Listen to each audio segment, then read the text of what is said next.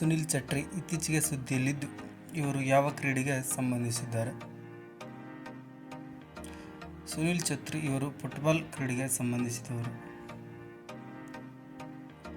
ಇತ್ತೀಚೆಗೆ ಸ್ಫೋಟಗೊಂಡು ಸುದ್ದಿಯಲ್ಲಿರುವ ಮೌಂಟ್ ರುವಾಂಗ್ ಜ್ವಾಲಾಮುಖಿ ಪರ್ವತವು ಯಾವ ರಾಷ್ಟ್ರದಲ್ಲಿ ಕಂಡುಬರುತ್ತದೆ? ಮೌಂಟ್ ರುವಾಂಗ್ ಜ್ವಾಲಾಮುಖಿ ಪರ್ವತವು ಇಂಡೋನೇಷ್ಯಾ ದೇಶದಲ್ಲಿ ಕಂಡುಬರುತ್ತದೆ. ಕೋವ್ಯಾಕ್ಸಿನ್ ಲಸಿಕೆಯನ್ನು ಯಾವ ಸಂಸ್ಥೆ ಅಭಿವೃದ್ಧಿಪಡಿಸಿದೆ? ಭಾರತ ಬಯೋಟೆಕ್ ಕೋವ್ಯಾಕ್ಸಿನ್ ಲಸಿಕೆಯನ್ನು ಅಭಿವೃದ್ಧಿಪಡಿಸಿದೆ.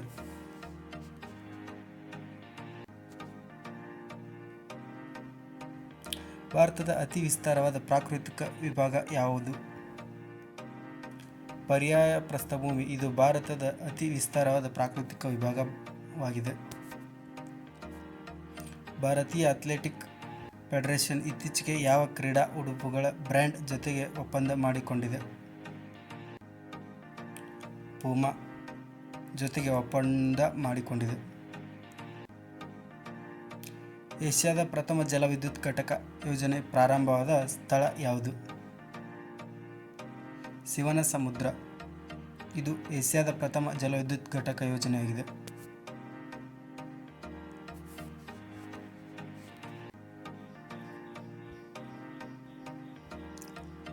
ವಿಶ್ವ ಟೆಲಿಕಾಂ ದಿನವನ್ನು ಯಾವಾಗ ಆಚರಿಸಲಾಗುತ್ತದೆ?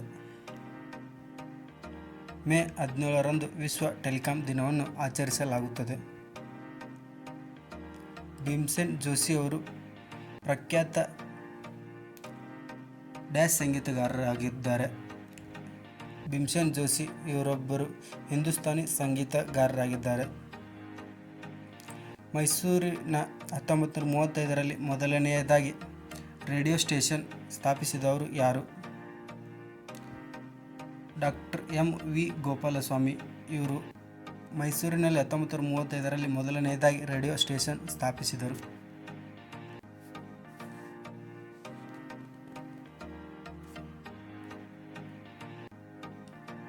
ಕೃಷ್ಣ ದೇವರಾಯರು ಅಮುಕ್ತ ಮೌಲ್ಯವನ್ನು ಯಾವ ಭಾಷೆಯಲ್ಲಿ ಬರೆದಿದ್ದಾರೆ? ಕೃಷ್ಣ ದೇವರಾಯರು ಅಮುಕ್ತ ಮೌಲ್ಯವನ್ನು ತೆಲುಗು ಭಾಷೆಯಲ್ಲಿ ಬರೆದಿದ್ದಾರೆ. ಯಾವ ದೇಶವು ಇತ್ತೀಚೆಗೆ ವಿಶ್ವದ ಮೊದಲ 6G ಸಾಧನವನ್ನು ಅನಾವರಣಗೊಳಿಸಿತು? ವಿಶ್ವದ ಮೊದಲ 6G ಸಾಧನವನ್ನು ಜಪಾನ್ ದೇಶವು ಅನಾವರಣಗೊಳಿಸಿದೆ. ಅನಿಮಲ್ ಫಾರ್ಮ್ ಪುಸ್ತಕದ ಬರೆದವರು ಯಾರು? George Orwell. ಇವರು ಅನಿಮಲ್ ಫಾರ್ಮ್ ಪುಸ್ತಕವನ್ನು ಬರೆದಿದ್ದಾರೆ.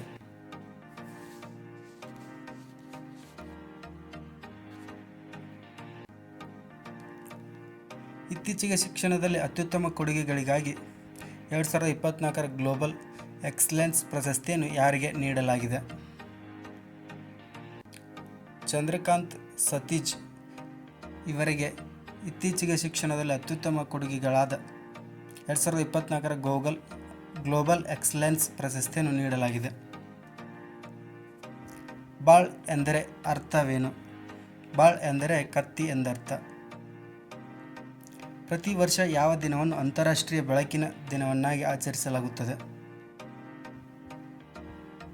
ಪ್ರತಿ ವರ್ಷ ಅಂತಾರಾಷ್ಟ್ರೀಯ ಬೆಳಕಿನ ದಿನವನ್ನು ಮೇ 16ರಂದು ಆಚರಿಸಲಾಗುತ್ತದೆ.